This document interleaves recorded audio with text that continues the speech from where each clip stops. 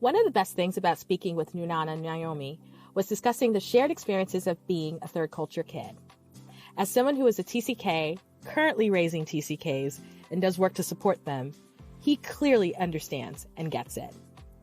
His story, as you would expect, is an interesting one. He's the son of a pastor whose work took the family around the world to 3 continents. So it shouldn't be surprising that Nunana has his own internationally focused career, which currently has him and his own family in the Netherlands, where he works for a nonprofit organization that supports international schools. This is important because much of our discussion is about confronting the lack of diversity that often shows up in what should be cross-cultural spaces. He shares his observation working and living abroad in the international education space, but also talks about the hard conversations he's had to have in his own life around diversity, inclusion, and equity. But before we get to that, he talks of his upbringing that took him from living in Kenya to attending a boarding school in the UK and all the moves in between. Those experiences have had an impact on how he engages both his life and his work. And you'll get to hear all of that in this episode. Welcome to the Global Chatter.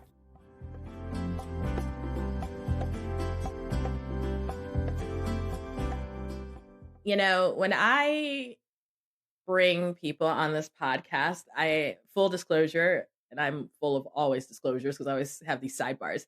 I like to bring up people who I think have a really interesting story to tell and stories that we don't necessarily hear all the time. And so that's why I'm really pumped about our latest guest, because I already know that there's some similarities in our stories. And of course they diverge because we are different people. But I'm excited for Nunana to be here today because, first of all, I think at this point you might be the first Black male TCK I've had on the show. I've had more than 2. I've had a couple of women. Interestingly enough, I think a good number of them were African, but I haven't had a Black male TCK. I've had parents of TCKs and people who teach TCKs and support TCKs, but I think you check off a box that I haven't quite hit yet. So I'm excited that you're here. So welcome to the chatter. Thank you. Yeah, it's a real pleasure to be here. Excited to share my own perspective, and we'll see. This for me is the highlight of my day. To just kind of let my hair down, proverbially speaking, and have a chat with you. So thank you. Man, speaking of your day, where are you located? I'm in the Netherlands right now. Yeah. So, yeah. Man, there was a period where I was going to the Netherlands all the time, and then COVID. Yeah, COVID. Yeah. So many COVID stories for all of us right now. Real kind of, what's the word? FOMO. Yeah. Of people are doing cool things in other part of the world and can't just be there anymore. It's unfortunate. How long have you been in the Netherlands? Yeah, I've been here 6 years now. Oh, okay. So wow. Pretty good stint. Yeah, enough to get restless. So. Right. As all good high mobility folks are used to. After a while, you start thinking, is there something better on the other side of the fence, right? And here's the thing: the Netherlands. So I've been to Amsterdam, of course. Interesting place. Not necessarily my favorite place in the Netherlands, but and I think that's where all the tourists want to go first, right? If they've never been.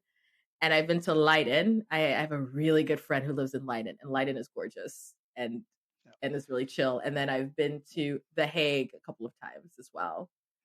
And cool. Well, I'm just outside of Leiden right now. Are you? So yeah. Situate you. Yeah. Well, okay. So basically, next time I'm in the Netherlands, I have a college friend who lives there. I've got to stop and visit because she works at the university out there, and it was a nice surprise. Like I didn't. It's like any country, you kind of hear cities, but you don't know anything about it. And then you go there and you're like, okay, this is exciting. This is different and not what I expected. So, but what landed you in Leiden, or outside of it anyway? I work for the Council of International Schools, which is based in Leiden. Yeah. That's where the headquarters are. And so, it was just a job. Happened to, get the position. And it was one of those things where before working at CIS, I worked for Calvin University, which is based in Michigan. Uh-huh. I worked in Yeah. admissions. I was doing international recruitment, so definitely traveling the world and recruiting Yeah. students. And I had been to certain events that CIS had put on, went on recruitment tours, went to their PD conferences and things like that, and thought this would be a great job. Let me think about doing this. Let's see if this, Yeah. the opportunity came up. So I applied for the job, and then like didn't even get called. Like just got rejected right away. The Oh, standard email of like thanks for your interest, but oh you wait. didn't make it. So I'm like, okay, whatever. Then about 6 months later, Total yeah, plot twist. Oh my God, that's a plot twist. I thought you were gonna be like, I yeah, got the email and I was gonna come out here. Wait, yeah, they rejected completely. you. Not even like a call or anything. And then maybe 6 months later or so, a similar position popped up from CIS, and I was like, I'm probably not gonna. I don't think I'm gonna go for it. And my wife's like, what do you have to lose? Just put your name in there, and who knows. So I'm like, okay, fine, Again. I'll put my name in again. Probably nothing will happen. And that time went through the whole process, and flew out for an interview, and here I am. Oh my gosh. Okay, so I know what CIS is. I think if you listen to this podcast at any point, at some point I'll say I was an international school kid. So Yep. so people probably already know. But what is CIS for those who are not Sure, aware of the absolutely. So organization? we're a membership organization of about 1,300 universities and international schools around the world. One of the primary things that Yeah. CIS does is accredit international schools.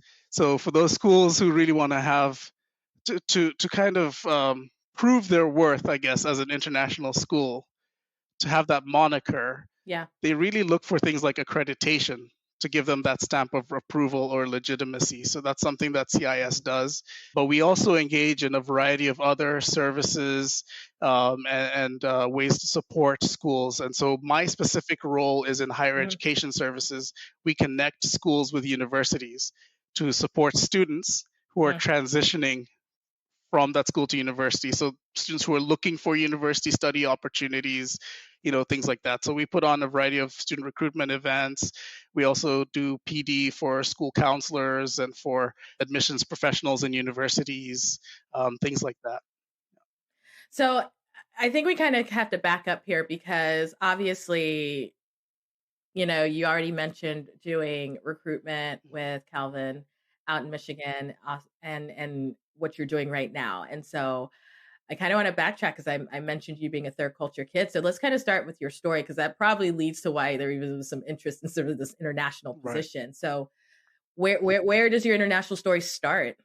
Yeah. So, well, it begins in the United States. I was born in New Jersey. My father is a pastor by profession, so he happened to be studying for his PhD in theology Hmm. at the time, and my mom came along, and uh, yeah, I was born. Left when I was 4 years old, so I don't Mm. even remember the U.S. experience at all, Oh wow.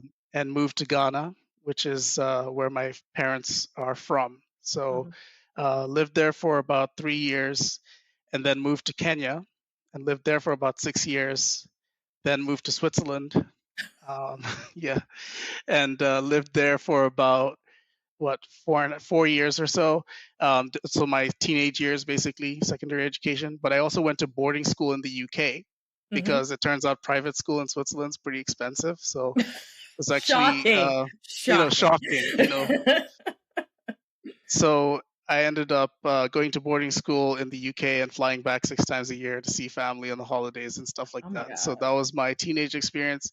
And then I went to Calvin for my undergrad because Right. being a US citizen, I wanted to go back to the United States to study. Yeah. And so that's ended up there. And once I got my degree there, I decided to stay, primarily out of love. My I met my wife at Calvin also, and so she had another year to go, and I was like, okay, we'll just wait a year, and then we'll Figure it out. just, yeah, figure it out. We'll join the Peace Corps, I think was our original plan. But then we realized halfway through that year that even if you go as a couple into the Peace Corps, they still split you up. Like you could still you might be sent to like I don't know, Uzbekistan or somewhere, Right. and you think you're going to be in the same city, but actually you'll be in like different parts of the country altogether. And we're like, okay, this is not the best plan. So in the meantime, I had just found this job. I fell into admissions. There's an Hmm. open position, and it was just what I was doing for the year. I thought, just to jump in and see what happens. And I was doing domestic stuff, and then suddenly a position opened up with international Hmm. recruitment. And obviously, given my background, Yeah. I just was like, you know what? I can do this. I don't think there's anybody on staff who can do this better than me. So, pick me to assist with this work, and that ended up becoming where I felt like I fit. I really connected, of course, with the students. It was very fulfilling, and so we thought, why not? Why not just stick around? So we stayed, and that turned into 7 more years, Hmm. and then moved to the Netherlands right after that. So that's what brings me here. So with your dad as a pastor, was it that he was getting positions in these different countries, or was it different organizations or parachurch organizations he was working with? Yes, he had different church related organizations that employed him. So when we were in Ghana, he was teaching seminary at Trinity Theological Seminary that's based there, and then he worked for the All Africa Conference of Churches, which is based in Nairobi, Kenya, and then worked for uh, what is now called the World Communion of Reformed Churches. Used to be based in Geneva, and Hmm. now based in Hanover, Germany. But yeah, that's what moved us around, which is Wow. always funny because every time people see my background, there are always all kinds of other assumptions of, why you would be in these places. Right. Like, oh, maybe diplomat's kid, or, some other business Yeah. connection or something. I'm like, yeah, he's a pastor. Okay, that's different. You know what it is? Because essentially, and I think this term would apply to you, Yeah, people don't necessarily think missionary kid, right, right? And I mean, to a certain degree, that is, I'm just saying that because you're PK, right? But right, like it, right, and, right. and and there's some element of not Yes. necessarily early, but like Yeah. I have a friend who we would have this discussion because her parents actually she's Black American, left the US and went to Ghana actually Mm, to the mission fields. mhm. And what was really fascinating is how people just didn't know how to react. Not Ghanaians, just in general. People just didn't know how to react that that they were moving Mhm. as a missionary family because people hadn't conceptualized Right, Black people moving because of faith and religion necessarily. right. And so I can imagine that people, they hear this and like, oh, this sounds really global and sexy and all these things. And, and then, are thinking business or thinking development work or whatever. And then it's like, no, he was a pastor Yeah, and he had opportunities. yeah, absolutely. Yeah. Yeah, certainly a very fascinating, I don't know anything different for me, obviously. Yeah, So of this is course. just what life Of course. is. But yeah, even with the whole missionary kid versus not, I always had this.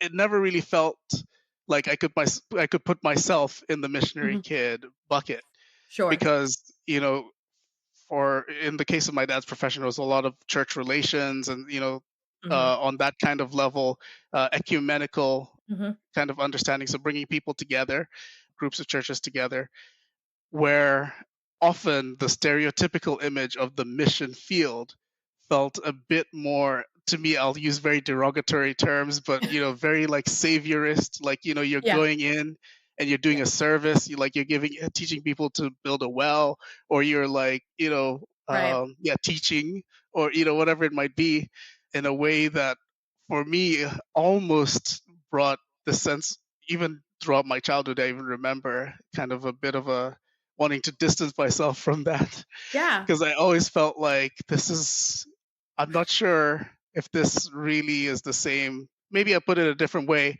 I think because the settings that was in, you saw a lot of people hitting the mission field who were, say, white, Yeah. European or Yeah. American background, Yeah. there was definitely that weird kind of jarring feel of like, who are these folks who are coming in to Right. come and like teach people a better way to be, but have we actually even talked to the people themselves to make Right. sure About you know right that they want yeah it or they and, know and, or and is it's this applicable. really sustainable? And some of the Yeah. folks that I engaged with in my own upbringing often came from more like they would often have maybe the more affluent Mm. lifestyle, and for me it's like, okay, or you could employ a local, you know Yeah. Right. to do this thing, and it might be a lot different. So I think for me, I've always had that wrestling Hmm. internally with kind of the missionary lifestyle, Yeah. bearing in mind that missionaries, I know lots of missionaries and I respect them a lot, You're like because caveat. they Yes. actually, yeah, Yeah. caveat, you all are wonderful. And I know that there's a whole fundraising component. It's not just like, oh, like Right. I'm living a certain lifestyle. It actually takes a lot of work to do this, and you're doing this for a calling. And to me, that's very noble. But it was more the image that I was confronted with as a child. Yeah. Always felt like almost a saviorist image, and that's something I've always struggled with internally.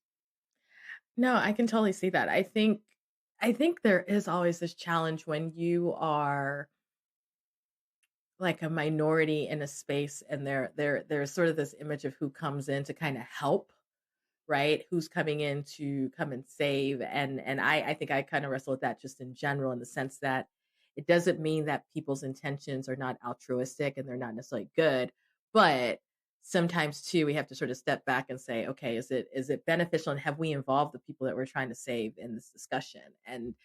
And I think the other thing, just even thinking about even, being a missionary kid, and it's funny because the more I think about it, I wouldn't even necessarily think the term necessarily applies to you as much as far as a stereotype in my mind, but often, and I grew up around a number of missionary kids. Those assignments tend to be more stagnant, right? So they tend to be in one spot, right? Because your family was still very highly mobile. So not that there aren't missionaries that aren't mobile, but typically, especially when they're doing international assignments, right? The folks that I knew, they're going to a place and they plan to be there for the long haul. Like if they're doing like Bible translation, right? It takes a while to Right, learn a language that you do not speak, right? right, And yeah, then right. translate Jonah, which is only like 4 chapters, right? But it's like it'll be, but it's like it takes like 10 years. Because I remember this has nothing to do with missionary work, but I remember talking to my sister and my and my mom and my dad were of two different tribes, so they speak two different dialects. My sister speaks my mom's dialect. Because she grew up with my grandmother. I unfortunately am the child who just doesn't. But anyway, but we had this whole conversation about I'm thinking about Jonah, about whale, right? My sister kept being like, but the word whale does not exist in the dialect. And so I kept thinking to myself, How if do you do it? someone, how do you translate? Like randomly, I was thinking to myself, like these people who translate the Bible, this word doesn't even exist in the dialect. So I don't know how you say. My sister's like, you just have to say like big fish, and people would have to sort Right, of imagine figure it what out. that big fish is. And so often I think if you are, and there are missionaries who do all kinds of work, like do medical missions, they do whatever. But like I tend to know the people who are in an area for a long time, and so I think that even with your experience, you were in Samarius, but y'all kept it moving for a variety of really cool reasons. And so Yeah, I'm curious because you went to boarding school in the UK, and that was for your secondary school years, correct? yeah, correct. So how old were you when you were doing that? I was 12. Okay. Well, yeah, when I first went into the school, I was 12. So yeah, it was an interesting time because everyone has a different experience, but for me, I loved my boarding school Uh-huh. experience, and I think it has to do with just the timing worked out. Okay. So when I was in Kenya, it just so happened that the way my time in Kenya ended, I was so ready to leave. Um, Okay. for some reason, the school thought I was really smart and convinced my parents that I needed to be jumped a year. So that Oh, happened like at the end of my primary education. Like I was supposed to go into like the top year of elementary, yeah. primary school. Yeah. Instead of that, I went into the first year of secondary school on a completely different campus. Wow. And so I was like not only the youngest of that group, I was the youngest of the youngest Right. kids. So yeah, it was just really tough adjustment. And I thought, you know what, like this is not the best experience for me right now. Right. And yeah, so my dad's like, oh yeah, we have this opportunity to go to Switzerland. I'm like, yes. Yes. My dad actually tells me that we had prayed about it as a family. And what did he say? He said, after the prayer, I said, you're definitely going to get this job. I'm sure of it. For my dad, he took that as like a divine, you vision. were, you were, I'm so you were, will, you were you will willing do it. well because you need to get us out of here. You were willing it. So he got us out. And then the other thing that happened for me was that I was reading Roald Dahl's autobiography, Mhm. Boy, and it's all about boarding school stories. And I was like, oh my gosh, they play so many pranks on each other and it's so fun. And oh, it would be such a great adventure to be in a boarding school and all this. And my parents, after we moved, were like, son, we've been looking at all the private schools in Switzerland and, if you really, really want to go to private school, like we'll try and we'll sacrifice, or you could go to boarding school. Send me to boarding school, right away. I was like, yep, absolutely, I am ready to go. And so I kind of went in with this kind of expectation of like it's going to be an adventure and all of this. So the timing worked out, and I was ready with a positive mindset on it. And of course, the school itself was a great community, for me. So it worked out in the long run, and I really enjoyed my years there. Before the boarding school, had you been in international schools, local schools, homeschool? What was your What was it? makeup? Yeah. Yeah. Well, in Ghana, I think I did, first grade at a public school. And then when we went to Kenya, it was a British system school. I always went to British schools. Mhm. And so it was a British school that had an Irish headmaster. So Mhm. like the head of the school was from British Isles to look the part, and make it legit, I guess. And then the rest of the teachers were mostly Kenyan or certainly Okay. all black. Okay. And the community, most of the students were black students or either students from Kenya or from other African countries. So Okay. I would call it kind of like a British patterned Yeah. No, I got you. local school. And then the boarding school that you went to, was what was the makeup? What Yeah, was it and like? the makeup there was mostly British kids, but we did have some international students as well. People from Hong Kong, people Mhm. from different parts of Europe, and so on that studied there. So there was a small kind of international contingent, but definitely very British. And for me, it was I do one thing I do remember about that transition was that I had moved from a place where it was like all these black kids and Mhm. you know Mhm. knowing who I am in my own skin and all of that Mhm. to being for the first time in an experience of being kind of an underrepresented Mhm. position and having to navigate that space and having to deal with having to speak on behalf of your race in class Right. because people are like Right. hey, what do all the Africans think about whatever. I'm like, okay, I Right. don't know. Or like the kids being like, oh, I heard the N word and the song and hey, my N word and like whatever, and you're Oh my just like, gosh. oh, this is awkward. How and as a teenager, you want to be liked, you want to fit in, you don't want to Yeah. rock the Right. boat, so you're like, so yeah, God. navigating those spaces, and I often talk about how they had this real love for the arts as well there. Mhm. About once a year, there's a time in the UK where I think it's called Last Night at the Proms, where they kind of put on these patriotic songs and celebrate Britishness and all of this kind of stuff. Okay. And like I still have images of myself at that time, singing songs like "Rule Britannia, Britannia rules the waves. Britons never, never, never shall be slaves." And it's just like, whoa, Oh, wow. like, hey, a million people got taken from the shores of my country, Right. like, and so I had a lot of fun, engaging in these dialogues with my student colleagues who thought Britain was like the best The thing best thing that ever ever. happened. And I'm like, you guys don't even know. Like, you've oppressed like half the world. Like, Right? you know, like there's a lot of stuff Man, you guys need to know about your history. So that was a lot man. of fun. You know, I grew up in a very like we talked politics a lot in my Yeah. house in my household growing up and all of this. So I just happened to always have these kind of debates and But dialogues. but Like I was filled with that. honestly, if you grew up in an African, at least a West African household, I feel like politics, whether you want it or not, people have some thoughts, right? And it is so funny this thing you're talking about Britishness because I recently had a conversation with someone and I just said you some of you do kind of have to reckon truly with your history, which is hard because if you're from a place, you're proud of it, and especially what you're taught. But I'm like, bruh, there's a reason why we're all speaking English right now. Right. like when you're like, what was the impact on British imperialism on you? I'm speaking English. This should tell Right. you. This should Everything you tell need to you know. what the impact is. Yeah. And man, God, teenage years are so weird.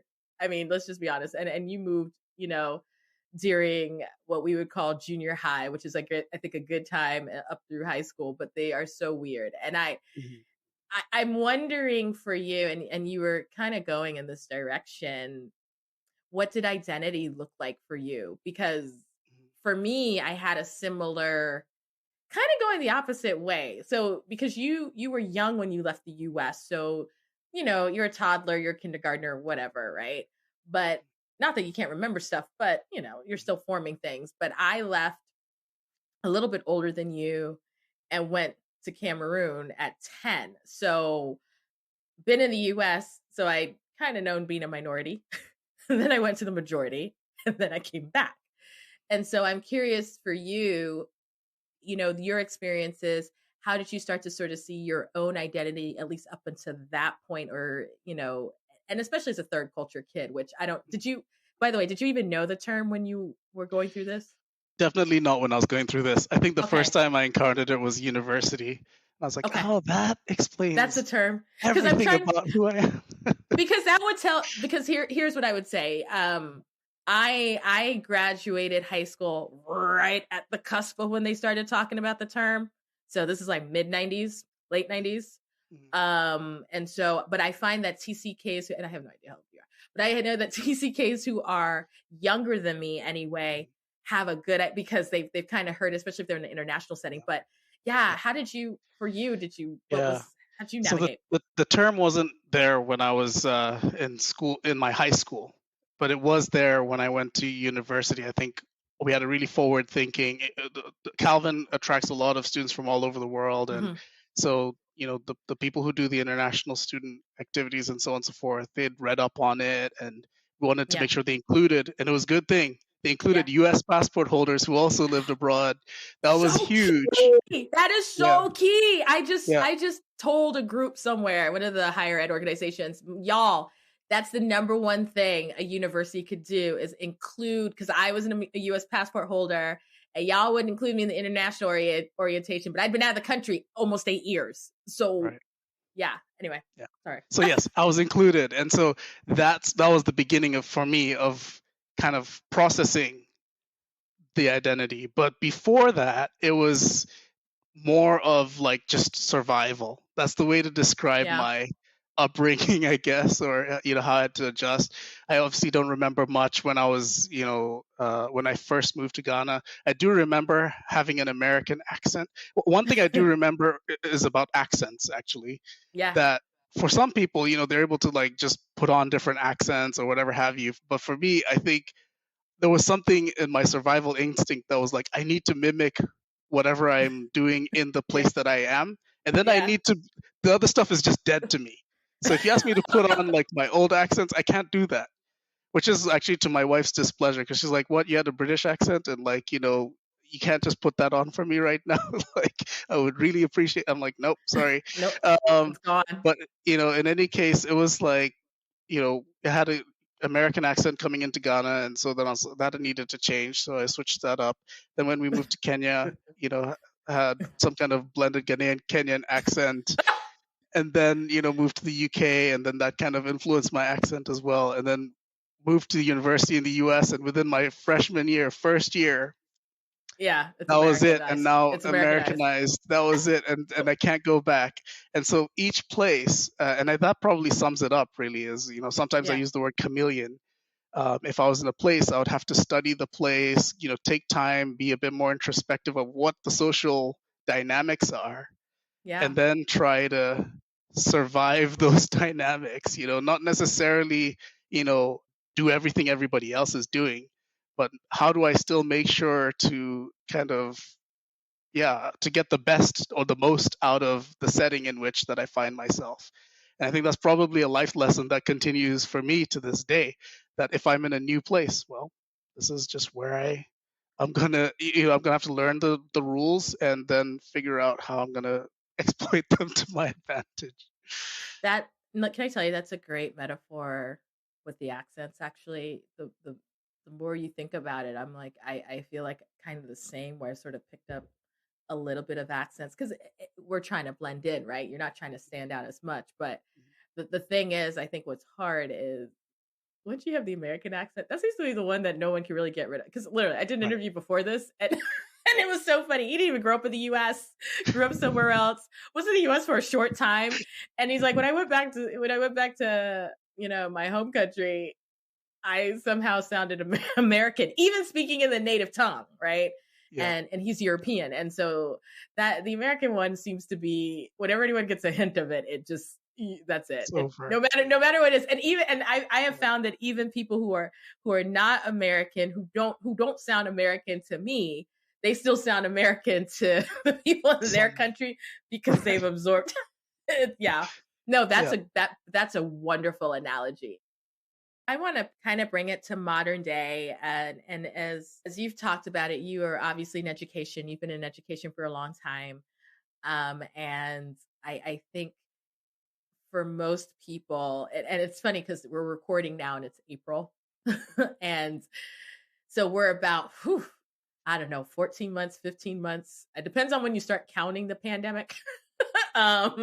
Technically, maybe Right. December of 2019 was when we really should have been paying attention, but in addition to that, we've been looking at least in the United States, what we call a twin pandemic. So first was the actual COVID, but then also dealing with some significant diversity, inclusion, racism issues, especially that was sparked by the murder of George Floyd. And so we are now actually just a couple days removed from the verdict in the case of the officer who was charged with his murder. And one of the things, I think all of us saw kind of this reaction, and I can honestly say globally, because I've had people on this podcast who are from all over different places. And, I have folks from France and from parts of Asia and other parts of Europe and Latin America who talked about sort of the response,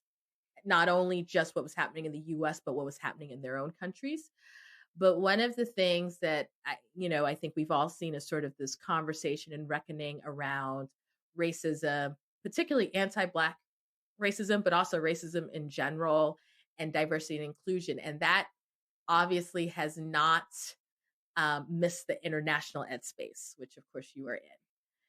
And, I honestly, I think everyone already knows I have some thoughts about the international space. You're laughing. I say this because I know there are people listening to this podcast who have no idea what I'm talking about, but there are people who are in international ed who are like, oh, you have thoughts. And I always say, I just have thoughts as a TCK who went through international schools.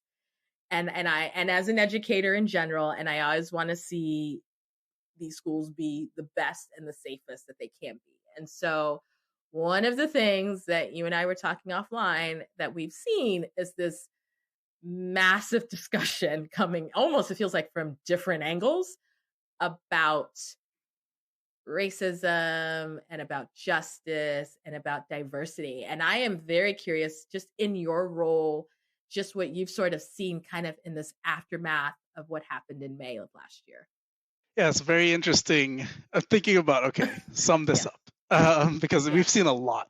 Um, but yeah, if I put myself back to that time period, as you've said, you have thoughts about your experience. I certainly have thoughts about my own experiences internationally, as well as thoughts about what I've seen, Mhm. when I would travel to these international schools, or, when we work in these different settings, Mhm. hosting events at these places.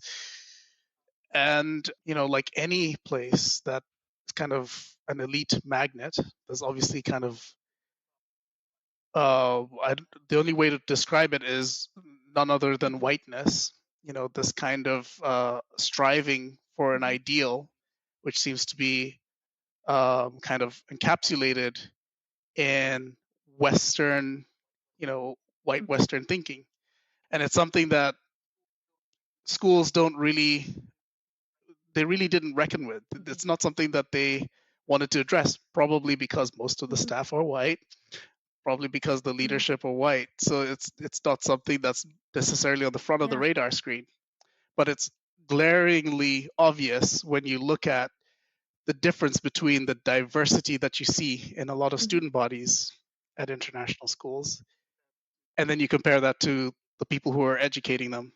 And it's not the case Yeah. for every school. There are Yeah. definitely exceptions. I know schools that are like the school that I went to in Kenya, for example, or Yeah. other places, where you really see, a much larger diversity in staff. But there's still, when you look at the curriculum, when you look at a variety of other factors, there's still this push towards, let's get you into some kind of Western Mhm. outcome. So, for example, for me, I work in the higher ed Yeah. area. So we're trying to get you to the United States, Australia, UK, Canada, certain Yeah. countries for university, because it's the ideal. So anyway, that's always been underpinning the water. It's Yeah. been in the water, the Yeah. whiteness. And then the George Floyd incident happens. Obviously, for those of us, who are black or of color more generally, we've probably been a bit clued in Right. to these things. They've Right. been happening. I remember crying my heart out when I saw a video for Philando Castile. I think that was the last time I could see a Right. video like the Right. full way through. I was like, okay, like these things they just got too heavy for me. So, but and that particular year, things had been happening. Mhm. Ahmaud Arbery had been shot, and I jog almost every other day, and so that was definitely something that just was weighing heavily on me. So these, as things were starting to pile up in the United States, the rhetoric, everything. Then George Floyd gets killed, and then I'm walking into meetings with folks who are saying, things like, okay, that's really sad what's happening in the United Yeah. States, that's pretty much an Yeah. American problem or whatever have you. And you just think, whoa, you guys are missing Yeah. the boat here. That this is a major structural problem that, like, we're very much products of, the water that we're all Yeah. swimming in. And we have to reckon with this. And so that really prompted me to Mhm. become vocal about it. And I found out I wasn't the Right. only one, in Right. the process. A bunch of international school students were speaking up, other staff were speaking up, petitions were going up about international schools need to pay attention to this. And obviously, that was in the context of a larger global Yeah. outcry, Yeah. as you said, places like France and, all over the world, there were protests taking place. And so that the grotesqueness of the George Floyd murder just touched a nerve finally, where we could explicitly talk about anti-blackness, explicitly talk about Yeah. racism in a different way. So that's what changed, I guess, when I look back to that time. And once that changed and there was an openness to actually listen, we have seen, quite a few results, or well, maybe at least I should say openness Right. to dialogue, and Right. some schools really at the forefront of change that we can really applaud, and so on.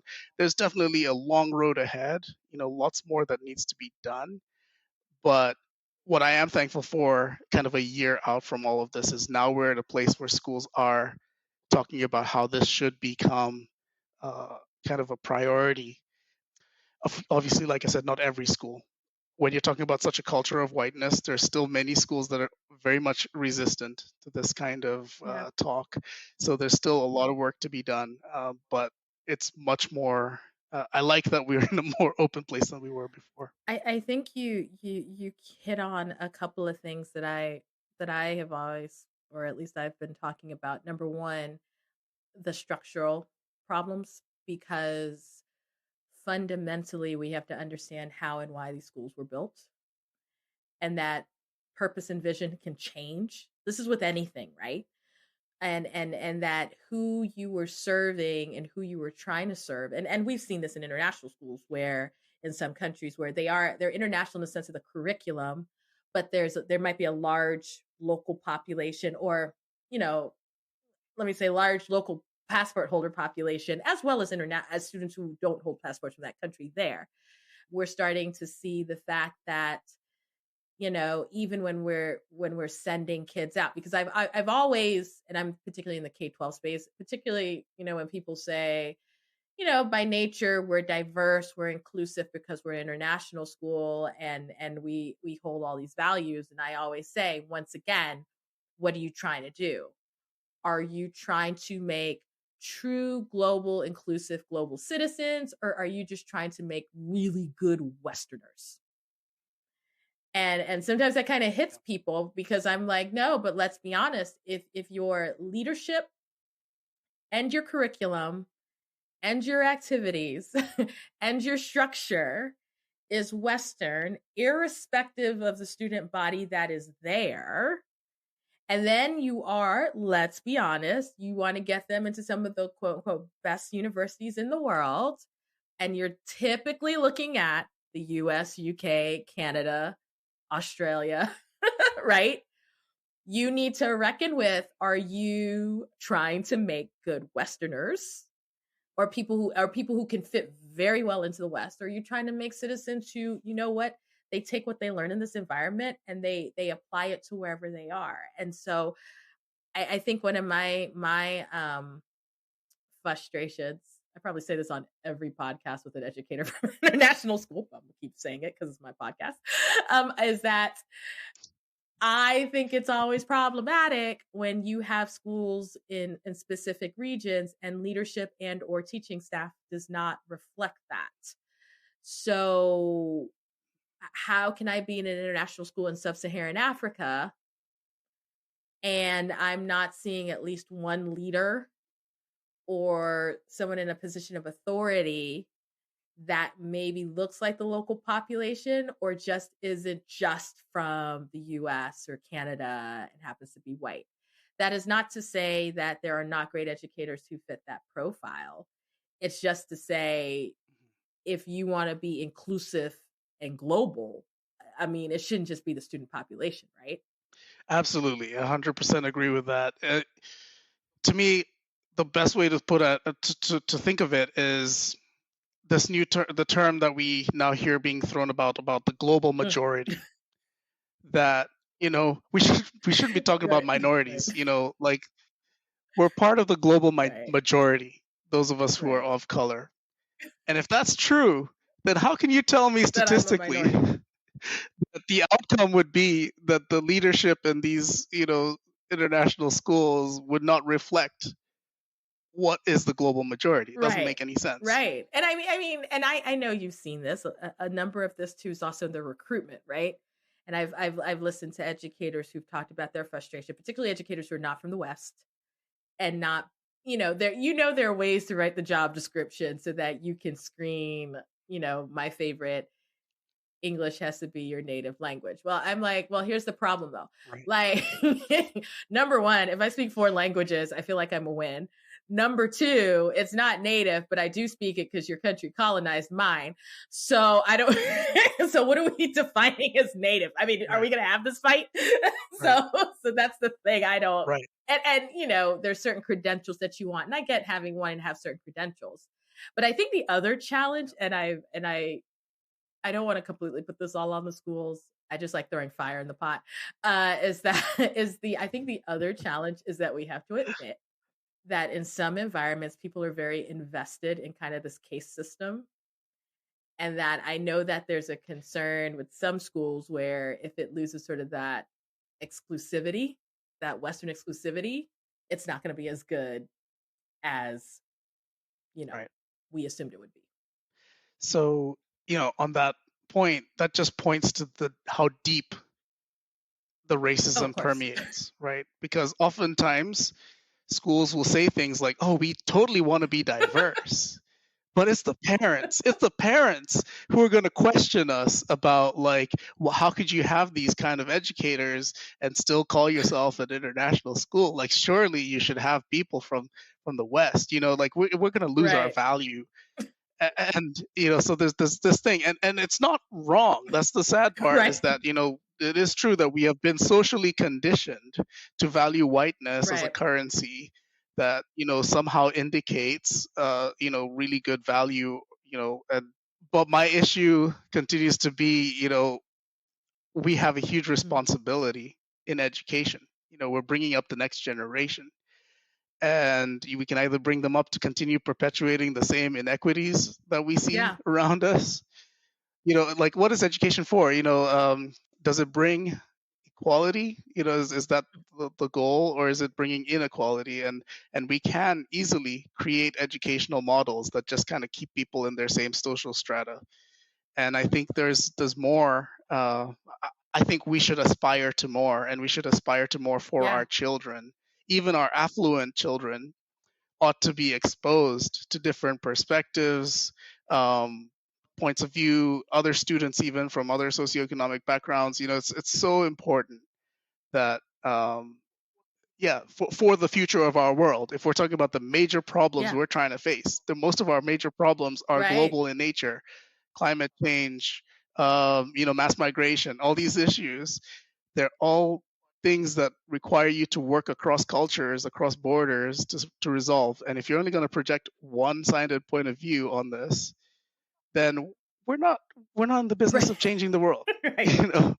And so to me, that's major. If this is truly at the heart of what a lot of international schools Mhm. call their mission, to produce global citizens, if that's truly at the heart, then you ought to take a leadership role. You ought to go out there and get the best possible educators you can get from anywhere in the world who can actually deliver that Right. education. And that's what you Right. stand behind, and you put your stake in the ground that this is what is right for you, Right. families. And guess what? Here's all the Right. research to show that your kid having a role model who looks like them is actually going to be more fulfilled in their life, and so on and so forth, if they actually do. Otherwise, what are we training them to see? If they see that these are their leaders, is this really what you want for your child's future? That just to think that that's the kind of leader that ought to be leading the organizations? Don't you want them to aspire to be a leader? It is so fast. It's so fascinating to me because first of all, children are resilient, and also, children are young enough where they are not coming with necessarily the biases until you kind of force them on them. And so if you take a kid and they have an educator that looks like them, they're not thinking, "Oh, my education is being devalued because this person looks like me." They're thinking, "Oh, cool, such and such teaches art or such and such teaches chemistry, and I really like this subject." And because I've said this when I spoke at ALOC, which what's Kevin Simpson's? What's that?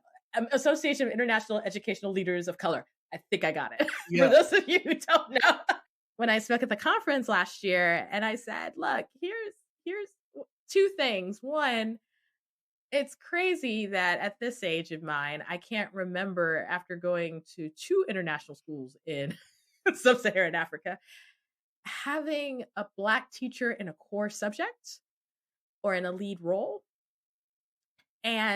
But I did have a teacher who I said was diverse before diverse was a thing, and she didn't look like she would be that person, but the kind of stuff that she put in the curriculum made us have an appreciation for African literature and Africa, right? Because she was my English teacher, and she had an opportunity to do that, and I'm telling you, it was not until I think until college, like my junior year, and took a specific literature class that I got that kind of African literature beyond Chinua Achebe, right? But the fact that I can, I can kind of look back on fondness tells me I valued what she taught me, even though she didn't look like me. How much more I think if you have someone who either does look like you, or even if they do have a different experience, because they recognize how important it is to really be global, at least in the context of where the school is, and to provide information and to provide teaching that is relevant, not just so you can, do your SATs, ACTs, IBs, and whatever, but also, you know, you're in this country. It's great for you to really understand Japanese literature because you're here. It's a privilege. My hope, and I'm thinking, especially with just the groundswell of conversation and pushback, that we are seeing these, and you talking, you are starting to see some of these changes.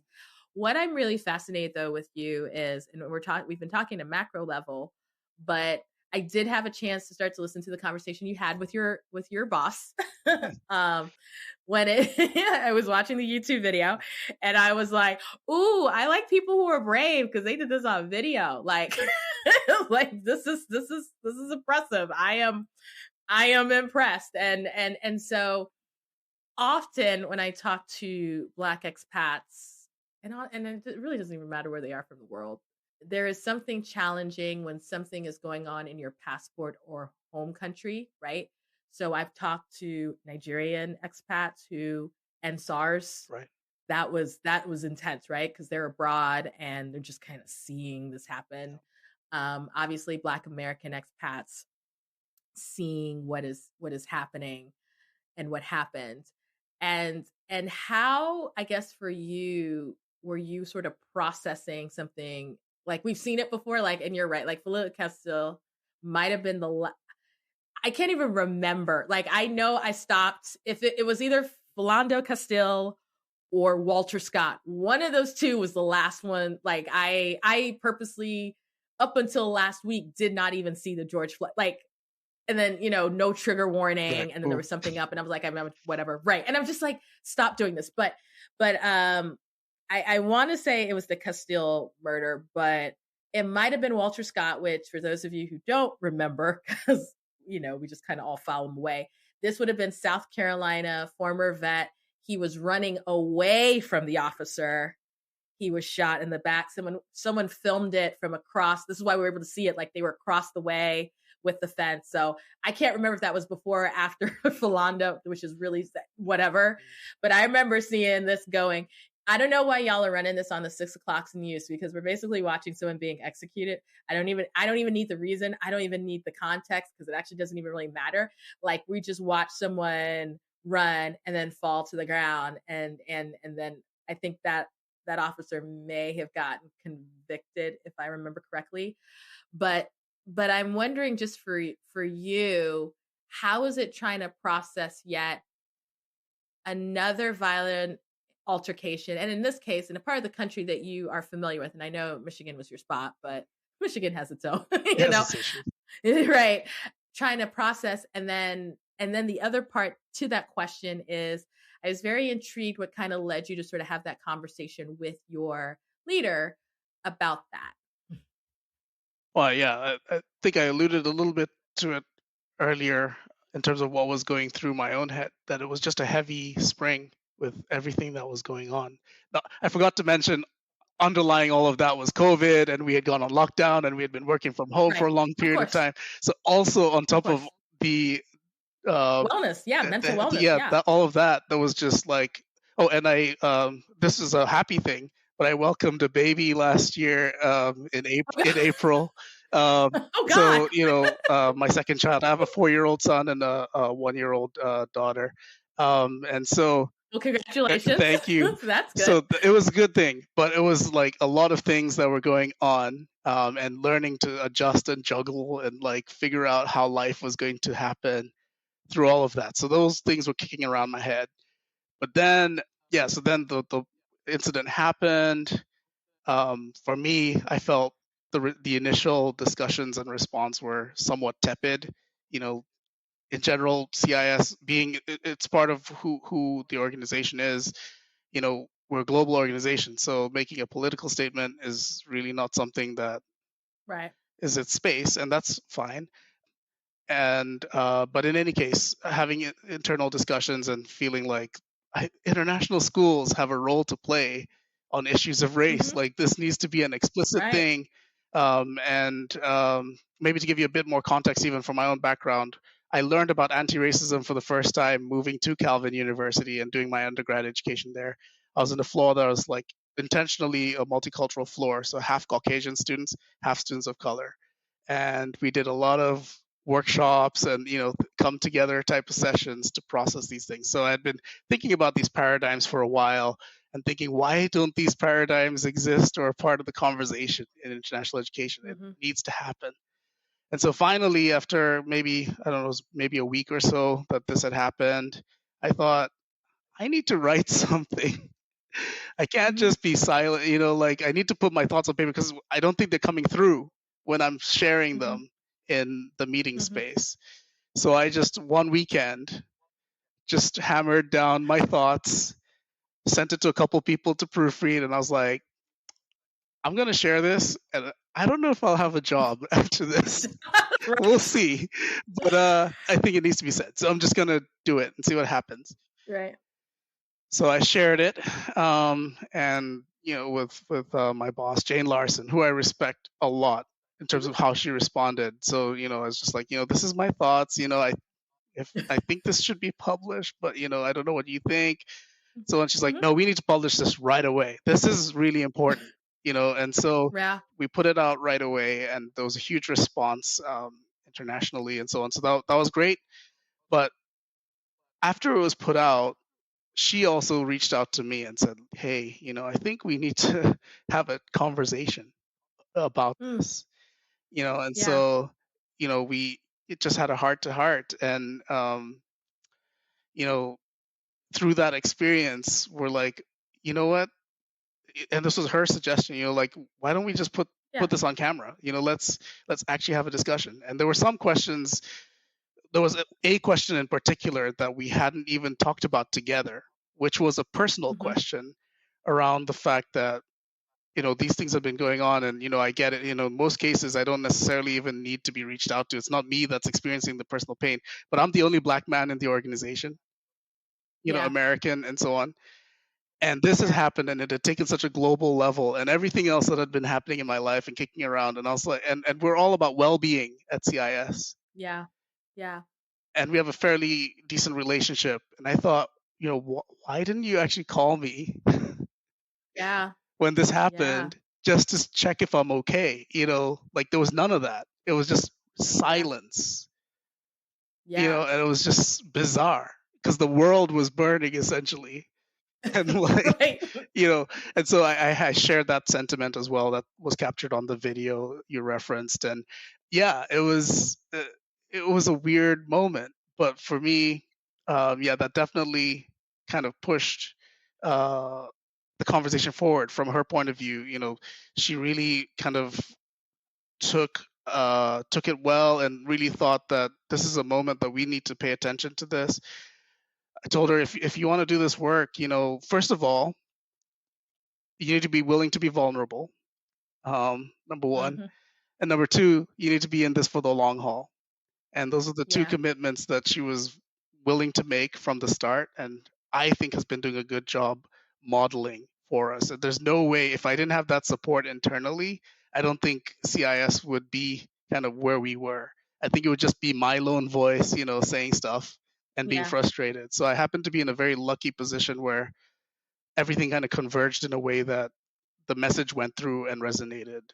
You were talking about the kind of that silence, and that's something I've sort of talked through as someone who's a career professional with folks, where I think a lot of it had to also do with COVID, that we were all at home. So we were all collectively, almost globally, but definitely nationally in the US, focused on the same events because we weren't as distracted as we normally would be. So when I look at my social media in general, I can always tell when an event has happened that impacts a group of Black people, because one side of my social media is just going on fire and the other side is not. right?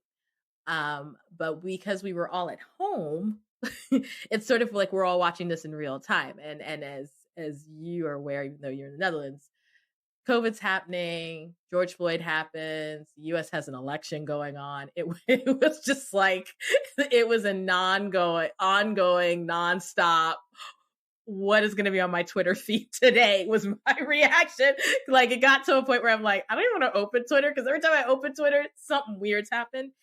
And I don't but it seemed like this was the first time where some people, like, either people didn't know what to say if they weren't Black, or they were just like they were fearful, or in some cases I think they just kind of went on with their lives as normal. But because it was such an outrageous event with an outrageous response, right, that it kind of forced people back. And so I kind of give you props for actually having that conversation and addressing it, because I know that for other folks, when we talk about well-being, it's sort of like they kind of just sort of suffered in silence. It's sort of like, I can't believe all this is happening. And in the place that I worked, I think they did a fairly decent job, but we also have counselors on staff. Right. So like they did a fairly decent. So, I mean, we have counselors on staff. So they did a fairly good job, and not just with obviously George Floyd, but anti-Asian sentiment that had started very, very overtly. I mean, I'm sure it has always been there, but it was very overt at the beginning of last year because of rhetoric. And then of course has continued on, unfortunately, with the shooting that occurred a few weeks ago in the Atlanta area. And so this idea of well-being, and it's funny, as someone who works with graduate students and that's one of their values when they're looking for jobs. Well-being right now, everyone says we have a great work-life. First of all, that's crap. But we have a great work-life. We have great work-life balance. First of all, we should get rid of that term, because there's no such thing as like you can't make it 50-50, right? But everyone's like, we've got a great wellness, we've got gyms or whatever. But then I think last year showed us, what do you do when it's like the real world. What do you do when you take 7 people, put them in a house? What do you do when you take away all the toys and a catastrophe happens and you have an opportunity to show that you care and love for people in their pain and in their hurt and in the struggle? And so I say all of that to say, to have a supervisor, to have an employer, to have a boss who is willing to hear and take that on and to come alongside, I think that's a testimony to just your bravery and kind of having that conversation, and her willingness, to be honest, absolutely. because a lot of people would be really uncomfortable. I definitely have to give a lot of props to Jane Larson for doing this, in a lot of ways. Like I've said already, it just amazes me that she would put herself out there on this issue. Like, she could have just as easily, even just made this an internal thing, that, maybe even talk to me and that would be the end of it. But really made this no, we really need to look at this as a priority. Like, we have a whole committee that's been set up by the board that's looking at diversity, equity, inclusion, and anti-racism, and thinking about how CIS can kind of address this. We've updated our accreditation standards to be a bit more explicit on this issue. And we're in the process, this committee is in the process of finalizing some recommendations that are going to go to the board for more actions that can be implemented. So it's better than I could have ever expected in terms of the type of response a leader could give to this type of issue, and an organization more broadly, as because lots of other colleagues were involved as well. So a lot of respect to everyone who's been involved.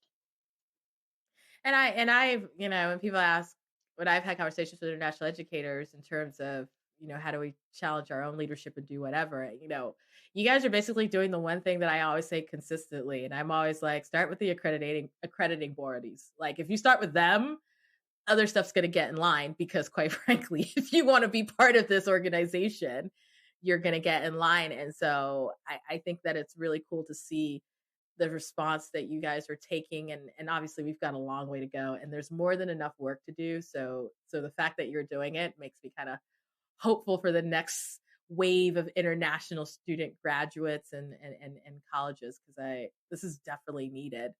As we start to pivot and kind of wind down, I like to do what I call, I don't even know if I have them on me. I like to do what I call this lightning round. Sure. So what I like to do is ask you 3 questions. Okay. It's supposed to be what comes off the top of your mind. These are not meant to be stressful. I always give this disclaimer, and then it ends up being Stressful. Really okay, question number 1, because I love my global audience. If you weren't living in the Netherlands, where would you live? Gosh. This is a funny. I don't know if I have an answer for you in terms of like where I would live, in the sense of like a specific place. I don't think anything is realistic, and the one place that so realistic in that I'm so used to moving around that I know that there's no way that okay. place is going to be the place, probably. I was going to say Wakanda and Zamunda don't exist. Let's do it. Scratch those. Okay. Well, honestly, if it wasn't for COVID, I am really fascinated with Brazil.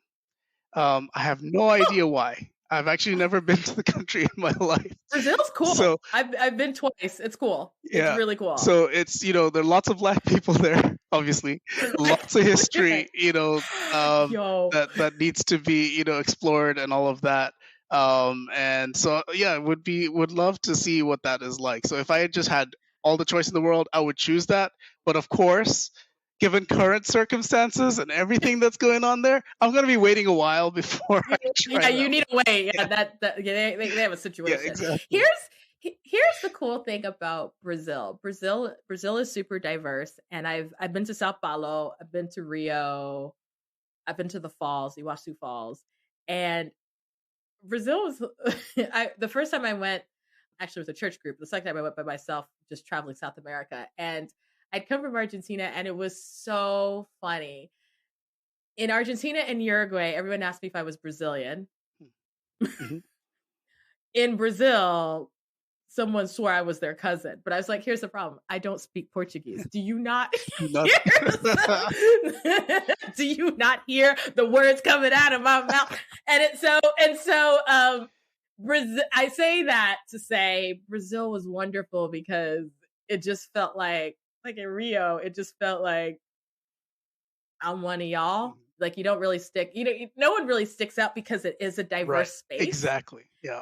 And because of kind of their history. And so it's just a cool, man, I'm hoping for Brazil, because it really is, man, it's a cool place to be. Yeah.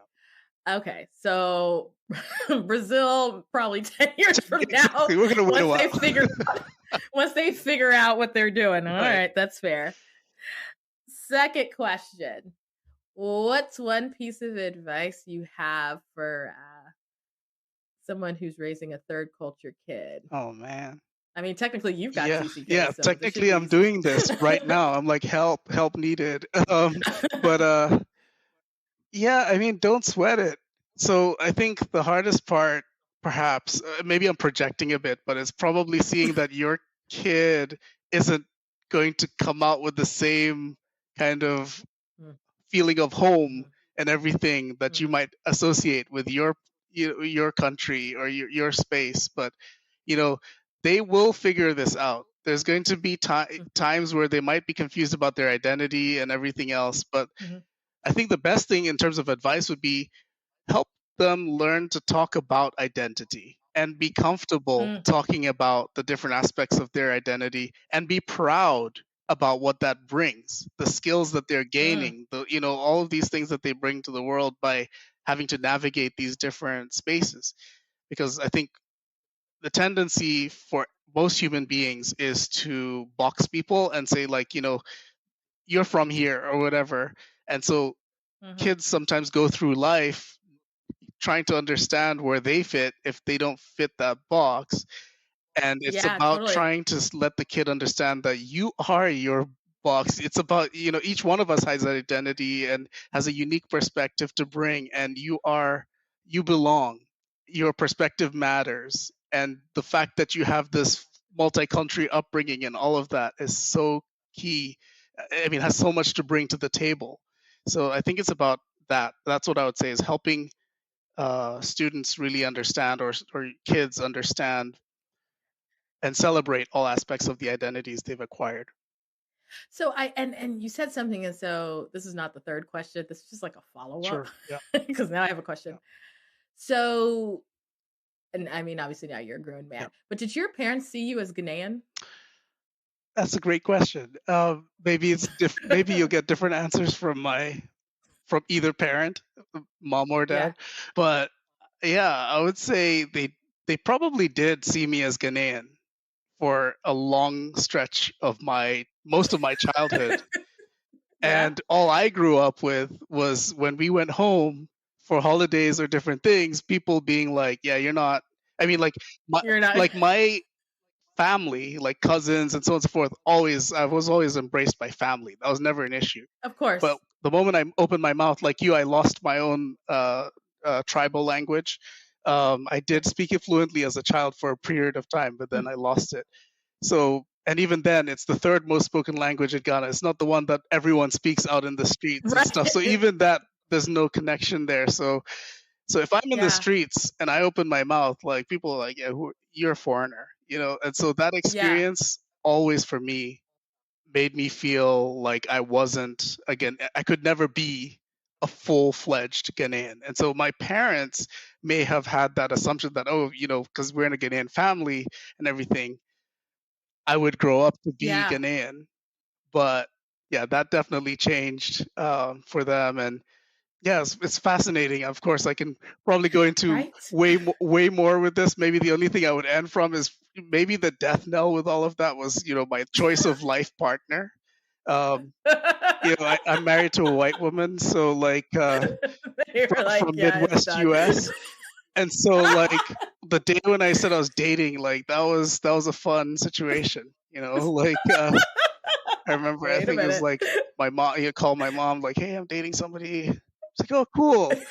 Asked me a couple of questions. I think the third question was like, "She's black, right?" It wasn't like, what background is she? She's black, right? And I'm like, "No." And then there was like a No. nice pause on the phone, and it's like, "Okay." But they're And they're obviously very supportive. But right. I think for them that was like the moment where it was like, "Okay, you know what? I think I he's think the gone." same. When are you? What? How many children are in your family? I have a younger brother who is about 8 years younger than me. And then it's an interesting thing, like a lot of African families, the definition of family is different. Right. So It's yeah, fluid. it's fluid. So for example, when we lived in Ghana, some of my family lives in Togo. Just to, Yeah. colonialism. Yeah. Let's just put it this way. Yeah. Yeah. Yeah. So there No. was civil strife Common. in Togo, and then there was our whole family had to flee into Ghana. We had 20 people living in our house. So I went from an only child at that time to having like all my cousins with me, which was super fun. Gotcha. And then when we Yeah. moved to No. Kenya, we ended up bringing along one of my cousins who I see as a A sister, sibling. now. Yeah, Yeah. exactly. Yeah. So I do have an older Totally. sister as well. So I have a younger brother and an older sister. But Older I have to give sister. that kind of framing. Same. Exactly. Same. Yeah. Same. So, I mean, and I just asked that question because I always think it's really interesting. If you weren't a third culture kid as a parent, and I find this especially, and this is with a lot of groups, but I just am very familiar with West yeah. Africans. It's just really funny about how parents assume, yeah, I see you as this, and I'm like, you're like the only one I'm not because saying they're that. like, you're Ghanaian, right, you're no, because the general society is just like, Yeah. you don't sound, you don't look. Yeah. You don't I mean, fit. you look, but you don't walk, Yeah. you don't sound, Yeah. you don't, whatever. Absolutely. So Yeah. I love that conversation, Yeah. man. Okay. Third question. What is and sure you've sort of talked about this, but I guess this is the final conclusion as far as international ed is Sure. concerned. Um, what's one thing that leadership can do to create a supportive environment for their students and their staff as far as diversity and inclusion? Sure. I think it is implementing a kind of questioning mentality into pretty much every action, everything that you do. You know, who is not being included in the table? You know, what voices have not been heard? What is the impact on this going to have on our students' outlook on the world? You know, if you just ask yourself a few of these kind of simple questions, that should lead you to answers that hopefully would change structures, you know, whether it's with hiring, whether it's with the curriculum, whether it's the service activities that you're doing. You know, it really should be about a culture of interrogation, because we have to understand that we all have blind spots. And if we can model that level of vulnerability to question these things that we've been taking for granted, I think we're more likely to rebuild systems that actually are more equitable, more diverse, hopefully anti-racist, and places that our students can thrive in. Oh my gosh, look at you with all the help and all the responses. Actually, because you've been thinking about it, that's why you know that that rolled off real easy, because you're like, I've been thinking about it for a year now, because it's been. I mean, maybe beforehand, but now you've had a chance to stew on it. Yeah. Oh my gosh, thank you so much for coming onto the podcast. This has been fun. I've loved hearing your story and just getting your perspective. Sure. And, you know, as I like to let the folks know, I will throw up your social media. Sure.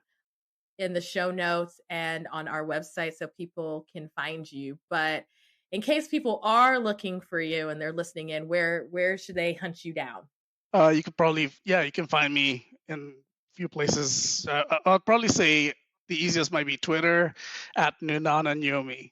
Will probably be the easiest place to find me. So just my first and last name mashed together. Simple enough. Yeah. And if you read the name of the file that this podcast is, you could spell it if you don't know how to spell copy paste is a wonderful thing, folks. Right. And I'm sure people all the time are like, how do you spell your name? Yeah. So I'm sure that's an issue. But thank you again for coming on. Thank you. And hanging out. Thank you. This was so much fun. Really enjoyed it. And so, like I said, we'll have all this contact information up on the show notes on the website. Thank you again for listening, and we'll catch you on the next time. All right, bye. You just heard an episode of the Global Chatter podcast, a project by the Black Expat. It's hosted by me, Amanda Bates, and it's edited by Stephanie Fuccio. To learn more about this podcast or to learn more about the Black Expat, visit theblackexpat.com.